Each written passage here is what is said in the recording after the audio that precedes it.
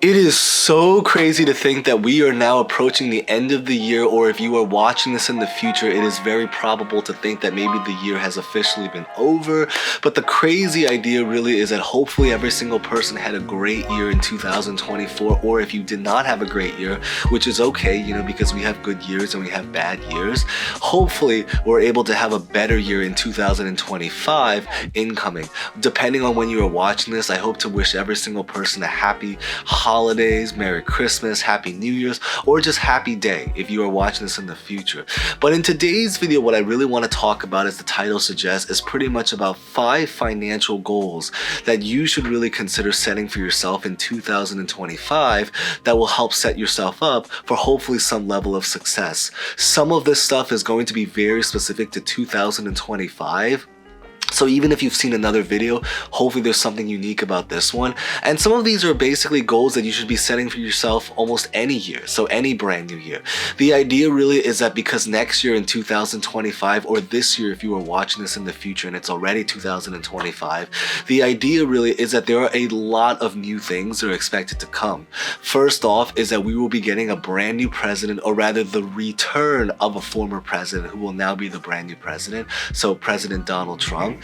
We will be having a lot of new policies, a lot of new laws. Obviously, he wants to enact a lot of tariffs. We've already made a video talking about Trump's tariffs explained, so highly recommend checking that video out if you guys haven't done so already. It's going to be at the end screen. But the idea really behind this one is that there's going to be a new president, new laws, new policies, new technology, AI, new developments. A lot of things are expected to come. So in order to maximize and take advantage of this, in today's video, we are going to be talking about these financial goals that you should consider really setting for yourself. So with that being said, let's just get right to this video. But as always, if you guys enjoy videos like this, like, comment, subscribe, hit the bell, or watch to the end to decide. But I do think it's a, hopefully a great idea if you guys want to get updates about upcoming videos. And with that being said, let's get started. So the first thing that you should really look into setting yourself as a goal for next year, and this applies to almost every year before we get into the stuff that's specific to 2025, is that you have to really be able to focus on trying to pay off all debt. Mortgages obviously is long-term debt, so that might be a little bit of an exception, but anything in the world of like student loans, car loans, smaller, so debt that is considered big but not as big, that is very reasonable to try to pay off in a single year. So going back like student loans, auto loans, car loans, credit card debt, definitely credit card debt or anything in that world, it is so important to try to focus on trying to pay off all of this stuff, because the reason is that because if you don't end up paying all of this stuff, it's going to be a massive wealth killer and prevent you from doing a lot of things. But until then, that is going to be the very first goal that comes. Now, the second goal that's really important to pursue when it comes to trying to pursue financial freedom is that you're going to have to focus a lot about saving money. Now, this might sound like common sense, but there is a reason why this is so specific to 2025. The reason why 2025 is potentially a really great time to focus on saving money is that because at the time in the making of this video, so specifically around the end of 2024, interest rates are still relatively high. So one of the plans or goals or actions that you could potentially consider looking into specifically for 2025 is to consider not just saving a lot of money and developing saving money habits, which we have so many videos on this channel, which I'll put at the very end screen of this video so you can watch after this, how to save money. But the idea really behind it is that you should also consider looking in to locking some of your money into a high yield, not just a high yield savings account, but specifically a high yield CD, so a high yield certificate of deposit. The reason is that because next year in 2025, interest rates are expected to cut. They've already started to cut this year. So, obviously if you've been following this channel, subscribe if you guys haven't done so already and want to. But this year they already started to cut interest rates, and next year they're expected to now continue cutting interest rates even further. So to be able to maximize and lock in those pretty sweet high yield interest rates, you should consider looking into a CD so you can basically lock your money in so that you can maximize and take advantage of those high interest rates while they're still here. If you don't know what a CD is, it's basically just a savings account where you have to lock your money inside for a certain period of time.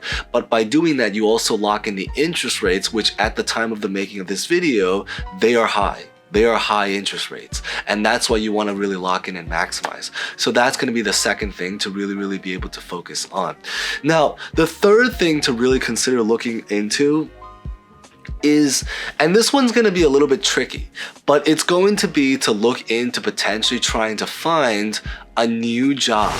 Now, it's a little bit tricky, and the reason why I say this is that because obviously right now, if you've been following this channel for a while, we are going through a really difficult job market, and I totally get that. I've been job hunting because I don't do YouTube as a full-time thing. I have a full-time job outside of this as well.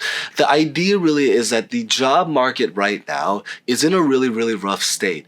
It is a little bit more industry specific because obviously it depends on the industry that you're in. For example, I heard that it's a little bit rough in tech. It's definitely rough in media, entertainment, the creative world, the arts, and I know that because I work in that industry. I heard it's a little bit better in healthcare. If anything, I heard that healthcare needs workers, but I don't work in healthcare, so if you do work in healthcare, maybe comment that down below, or just whatever industry you work in, comment down what the job market is like in your industry. Because the idea behind this one is that because at the very end of the day, although we might be going through a difficult job market, hopefully the job market in 2025 is going to at least still be better than what it was in 2020 and during the height of the pandemic when a lot of people went unemployed. I know, especially a lot of followers on this channel, because a lot of the early videos that we made were focused about unemployment. Huge shout out if you guys have been here since then. You guys are the OG lovers that have been supporting this channel, so maybe comment that down below. The idea really behind this is that bottom line is just to try to look for a new job. It is going to be difficult in 2025, but hopefully it will still be easier than what was of the last couple of years when we were recovering from the pandemic, that maybe you can still set yourself up as a goal for 2025. And that's going to be the third thing. Now, the fourth financial goal that we should really consider looking into that's going to be so important for 2000, and this one will be specific to 2025, is that you really want to take a lot of the money that you save, hopefully if you are able to save a lot of money, and if you are able to pay off all the debt, and if you are able to get a new job, or maybe even get promoted in the current job that you're at, is that you want to take that money and now actually try to invest it. The reason why this is so specific to 2025, and it's going to be a golden time compared to any other time, is that because aside from the fact that there are going to be so many new policies, new stocks, new technological advancements, new plans in a lot of different companies, but that the idea really behind this one is that because when Donald Trump enters into the White House, now obviously nobody knows the future, like it or not, the idea is that he's planning to enact a lot of policies where there are going to be a lot of stocks that could potentially positively benefit from a lot of his policies. And that is the reason why, is that because 2025, and we're already starting to see it, so it's not just talking about stuff in the future, but it's also even referring to things that have already happened. It's that ever since Donald Trump got elected, we've been having a really great stock market. The stock market has been rallying. We have been hitting all-time highs. I know Tesla stock, for example, just hit an all-time high. I think they're at about $460. I believe about in the upper $400 range at the time of the making of this video. The idea really behind this is that we are already starting to see a massive rally and a bull run in the stock market. We had a horrible stock market in 2022 and 2023, but now we are starting to see the flipping again. We are starting to see things pivot and return back to its highs again. And so because of that reason, in 2025, obviously while it's true that nobody knows the future, the expectation is that, and I'll hopefully make another future video about why the stock market will very likely rally in 2025.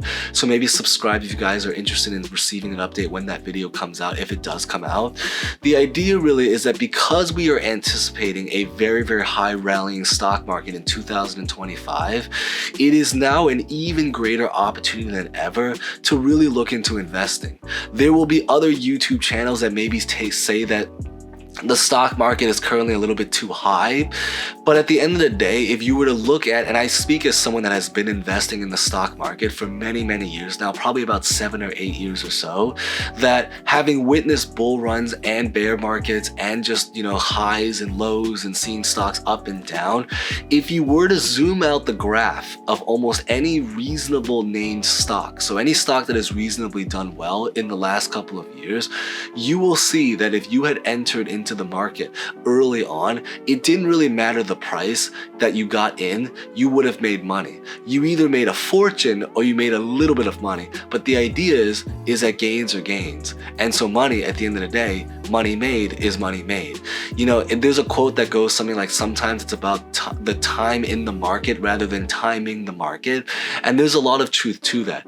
I do believe that it is important to understand that it is important to time the market as well, but you have to basically find a balance between both. And 2025 is expected to be that year where it's timed that if the stock market really does rally like a lot of people anticipated to, then it means it's a great time to invest. And that's going to be the next thing to really be able to share. And probably the last financial goal that's an extension of investing is that if you do end up becoming a very, very successful investor and actually make a lot of money from that, then the fifth and final thing that you really, really have to set yourself up when it comes to a goal for 2025 is that you really, really want to contribute to your retirement account. Because if all of this stuff really goes through, then it may be time that you can potentially even retire early. I know there are rules, for example, like in a Roth IRA, you technically cannot withdraw the money until you're like around 60 years old, but still at the end of the day, it's a good time to invest, and it's also a good time to contribute to retirement, because that way you can have that money set aside, and so you can let that money grow passively, so that someday when you do retire, hopefully, if you make it to retirement, hopefully, I'm just being honest, you're able to have that money to finally be able to enjoy life. And I think that's probably going to be the final takeaway or final thing to share in today's video.